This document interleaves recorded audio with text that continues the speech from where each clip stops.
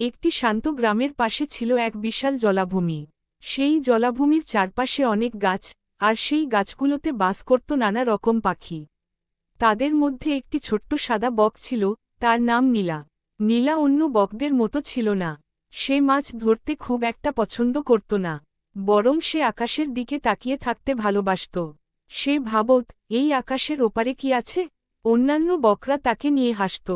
তারা বলত, আমরা মাছ ধরেই সুখে থাকি, তুমি এত বড় স্বপ্ন দেখো কেন? কিন্তু নীলা তার স্বপ্ন ছাড়েনি। সে প্রতিদিন আকাশের দিকে তাকিয়ে ভাবত, একদিন সে দূরে কোথাও উড়ে যাবে। একদিন বিকেলে দূর থেকে এক ঝাঁক অতিথি পাখি এল। তারা অনেক দূরের দেশ থেকে এসেছে। তারা বলল, আমরা প্রতি বছর 1000 মাইল উড়ে যাই, নতুন নতুন জায়গা দেখি। নীলার চোখ চকচক করে উঠল। সে জিজ্ঞেস করল, আমি কি তোমাদের সঙ্গে যেতে পারি? অতিথি পাখিরা বলল, পথটা কঠিন, অনেক ঝড় তুফান থাকে। তুমি পারবে তো?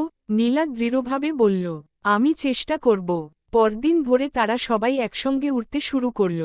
প্রথমে নীলা খুব খুশি ছিল, কিন্তু কিছু দূর যাওয়ার পর তার ডানা ক্লান্ত হয়ে পড়ল। আকাশে তখন কালো মেঘ জমে উঠল। হঠাৎ ঝড় শুরু হল। বাতাস এত জোরে বইছিল যে অনেক পাখি পথ হারিয়ে ফেলছিল। নীলা ভয় পেয়ে গেল। সে ভাবল, আমি হয়তো ভুল করেছি, আমি পারব না।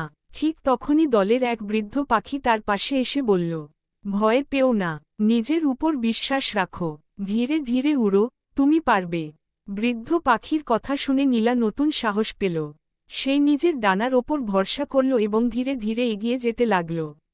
অনেক কষ্টের পর তারা অবশেষে এক সুন্দর নতুন দেশে পৌঁছাল। সেখানে ছিল বিশাল নদী, সবুজ মাঠ আর নীল আকাশ, নীলার স্বপ্নের মতোই। নীলা আনন্দে কেঁদে ফেলল।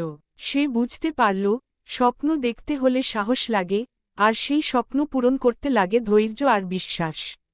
কয়েক মাস পরে নীলা আবার নিজের পুরনো জলাভূমিতে ফিরে এল। এবার সবাই তাকে দেখে অবাক হয়ে গেল।